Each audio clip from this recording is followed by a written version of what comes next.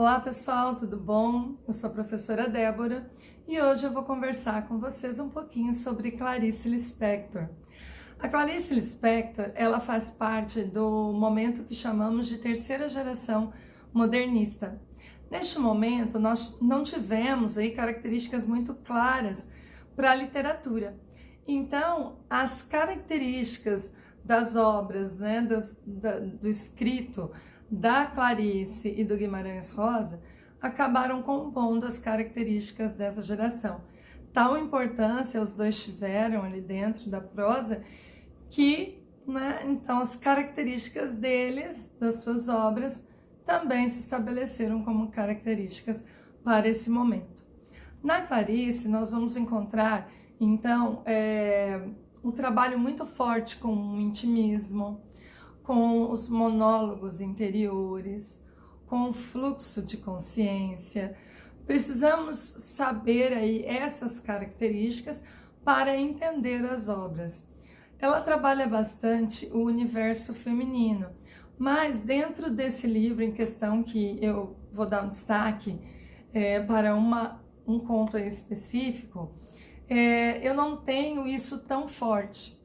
Então, eu tenho outros N livros, muitos livros da Clarice, que trabalham essa questão desse universo feminino, como Laços de Família e tantos outros.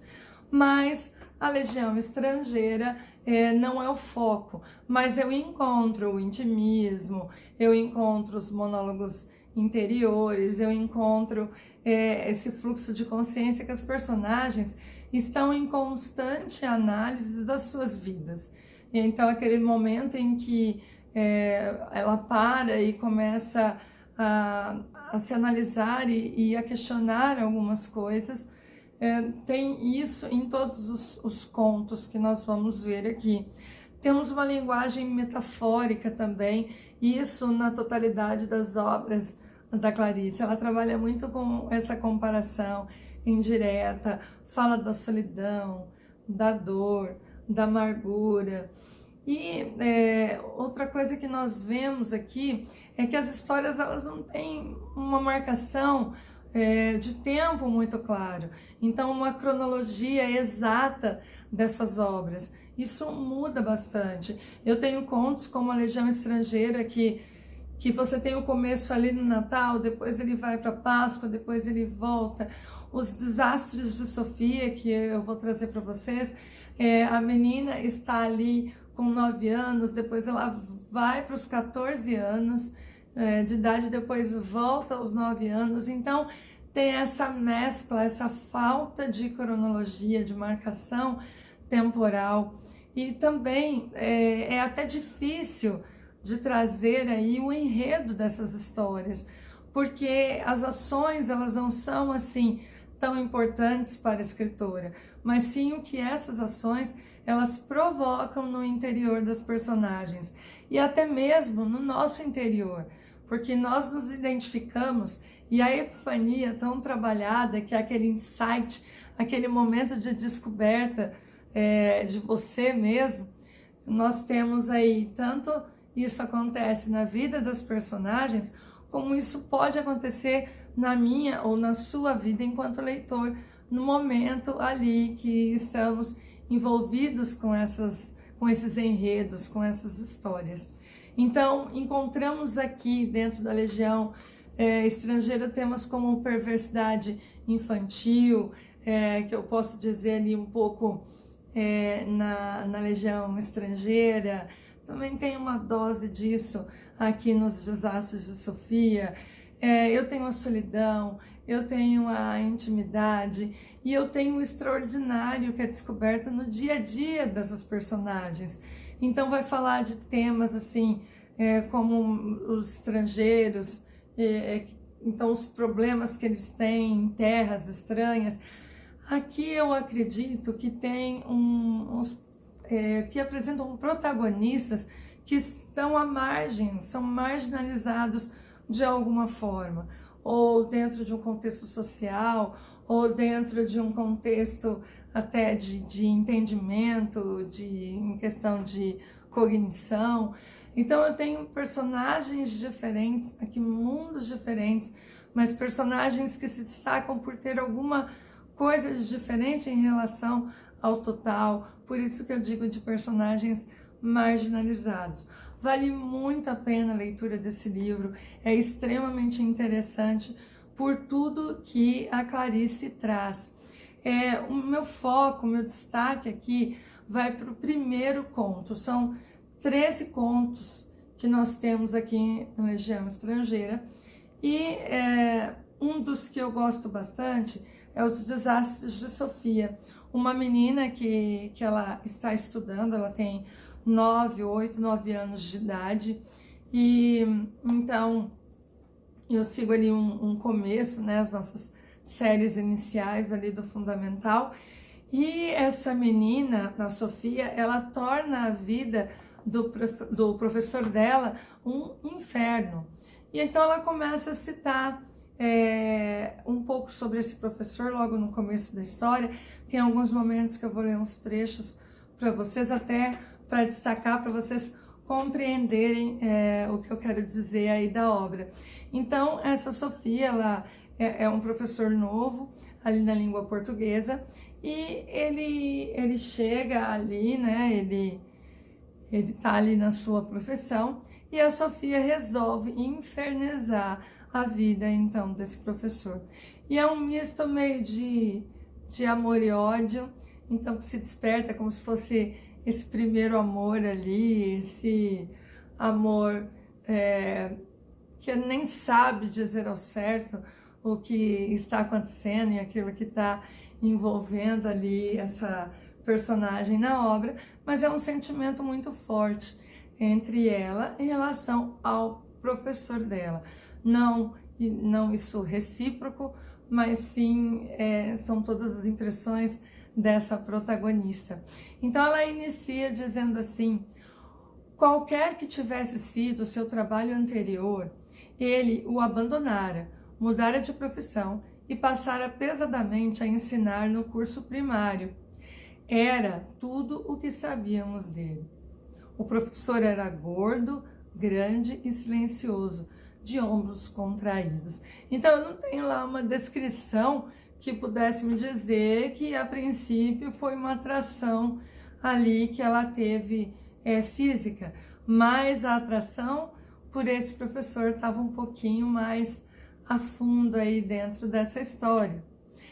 E aí vem ali alguns trechos, né, destacando para vocês. Mas eu o exasperava, quer dizer, eu provocava tanto que se tornara doloroso para mim ser o objeto do ódio daquele homem que de certo modo eu o amava.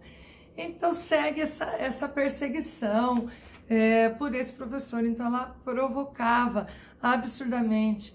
A antipatia que esse homem sentia por mim era tão forte que eu me detestava. Então alguns relatos, algumas coisas que ela vai citando aí. Bem, então nesse desenrolar aí desse contato com esse professor, teve um dia que ele propôs um trabalho, então seria uma produção textual, e ele colocou então uma história, e nessa história tinha uma moral, e os alunos precisavam trabalhar então um texto usando essa moral da história. Então está aqui: o que ele contou: um homem muito pobre sonhara que descobrira um tesouro e ficara muito rico. Acordando, arrumara sua trouxa, saíra em busca do tesouro. Andara o mundo inteiro e continuava sem achar o tesouro. Cansado, voltara para sua pobre casinha. E como não tinha o que comer, começara a plantar no seu pobre quintal. Tanto plantara, tanto colhera, tanto começara a vender que terminara a ficar muito rico. Isso, né, essa moral da história é que o trabalho, somente o trabalho, é que traria riqueza. Então, é isso que ele queria trabalhar. Então, é essa moral. O trabalho, então, por tanto trabalhar, ficaria rico. Mas Sofia foi aí para provocar esse professor. E na sua produção, ela disse que o ócio é que traria essa riqueza, e que havia um tesouro que ele estava muito escondido e que precisava ser descoberto. Ela segue assim: a história que eu transcrevera em minhas próprias palavras era igual a que ele contara. Só que naquela época eu estava começando a tirar moral da história, o que me santificava. Mais tarde, ameaçaria sufocar-me em rigidez. Com algumas horas depois, eu lia e relia para ver o que nelas havia de tão poderoso a ponto de enfim ter provocado o homem de um modo como eu própria não conseguira até então. Então ela fez um texto que acabou provocando o professor. Ele gostou daquilo que ela produziu. Provavelmente, o que o professor quisera deixar implícito na sua história triste é que o trabalho árduo era o único modo de se chegar a ter fortuna. Mas, levianamente, eu concluíra pela moral oposta, alguma coisa sobre um tesouro que se disfarçava, que estava onde menos se esperava, que é só descobrir. Acho que falei em sujos quintais. E ela segue ali explicando: eu de algum modo já me prometia por escrito que o ócio, mais que o trabalho, me daria as grandes recompensas gratuitas, as únicas a que eu aspirava. Então ela foi o inverso para provocar esse professor, que o ócio traria essa riqueza, que esse tesouro não era ali na realidade o tesouro em si, que ele estava escondido ali, que precisava ser buscado, ser achado. E, para a surpresa da Sofia, ele gostou muito daquilo que ela produziu. Ela tá ali, entrega o texto, vai para o intervalo e ela volta, e ele chama para devolver o seu caderno, estica a mão. Sofia fica sem ação naquela hora, não sabe muito bem o que fazer, e ela descreve aqui: ele me olhava e eu não soube como existir na frente de um homem. Ela ficou sem ação, ela ficou muda. E ele quer devolver o caderno e ele a questiona, falando: como que você descobriu isso? Como é que lhe veio a ideia do tesouro que se disfarça? Mas ela inventou, ela fez a história para provocar. Ela nem acreditava que, na realidade, o ócio poderia trazer essa riqueza, mas ela fez isso para provocar. Foi uma mentira. E ele gostou da mentira que ela havia escrito, e ela até se decepciona um pouco por isso, mas ele valoriza demais a sua produção. E tem uma parte que eu acho muito interessante, não vou falar de tudo, porque você precisa ler o texto, é muito legal. Ela se descobre ali como escritora. Algumas resenhas que eu já estudei, de análise dessa obra, diz que é uma obra autobiográfica e que a Clarice se descobre ao contar essa história, se descobre como escritora. Não nesse exato momento, mas eu poderia dizer que em algum momento a Clarice ela tem essa epifania e ela tem esse momento da descoberta como escritora. Não acreditar que seus textos são tão bons. Ela disse isso em algumas reportagens que eu assisti, falando sobre, ela não se preocupa, ela escreve e nem se acha assim uma escritora tão boa. Então, no momento que ela teve esse insight e que ela fez e se descobriu como escritora, ela passa aqui como se fosse uma obra meio autobiográfica da própria vida da Clarice, se descobrindo como escritora. Então ela tem esse momento. E na obra eu destaco ali uma parte que eu acho lindíssima, para mim é a melhor parte aqui deste conto dos desastres de Sofia, que diz assim: ali estava eu, a menina esperta demais, e eis que tudo o que em mim não prestava servia a Deus e aos homens. Tudo o que em mim não prestava era o meu tesouro. Como uma virgem anunciada assim, por ele me ter permitido que eu fizesse, enfim, que eu o fizesse, enfim, sorrir. Por isso ele me anunciara. Ele acabara de me transformar em mais do que rei da criação, fizera de mim a mulher do rei da criação.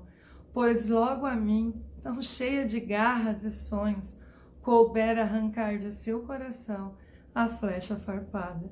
Então ela escreveu e provocou, trouxe para ele um sorriso no rosto, uma alegria. É um misto de não estou acreditando que eu escrevi uma mentira e que isso provocou, de certa forma, algo de bom nele que ele gostou. Então ela começa a analisar isso e isso bate fundo nela, porque ninguém havia elogiado nada do que ela tivesse produzido até o momento. E ao mesmo tempo que essa produção é tão elogiada, ela também toca muito profundo na vida desse professor. E faz uma análise ali de si mesma, né, dos seus conflitos. Aqui, já neste momento, já no final, ela está com 9 anos, porque lembra que eu falei essa história, ela tem um momento ali com 9 anos de idade, ali no meio, cita só uma partezinha, bem pequena, que ela estava aos 14 anos, encontrou um ex-colega de sala e ele a avisa que o professor havia falecido. E aí volta essa narração aos 9 anos e ela continua falando sobre essa epifania, sobre esse fluxo de consciência que ela teve nesse momento dessa descoberta aí da sua produção e também do que pôde provocar na vida desse professor. É lindíssimo esse conto. A Legião Estrangeira também, a vida ali da Ofélia e como ela mexe com a protagonista que está ali, e tantos outros, são muitos contos, são 13 contos que vale a pena você ler, que vai te envolver absurdamente em histórias com tantos protagonistas analisando suas vidas interiores. Clarice é lindíssima, difícil, às vezes é complicado, porque é complicado entendermos as nossas angústias e aquilo que passa dentro de nós. E ela faz isso muito bem, provocando ali o leitor e mexendo com suas personagens. Então, indico muito a leitura para vocês dessa escritora excelente e desse conjunto aqui de contos muito bom também. Bom, por hoje eu fico aqui e nos encontramos aí na nossa próxima conversa sobre literatura. Um grande beijo e até a próxima. Tchau, tchau.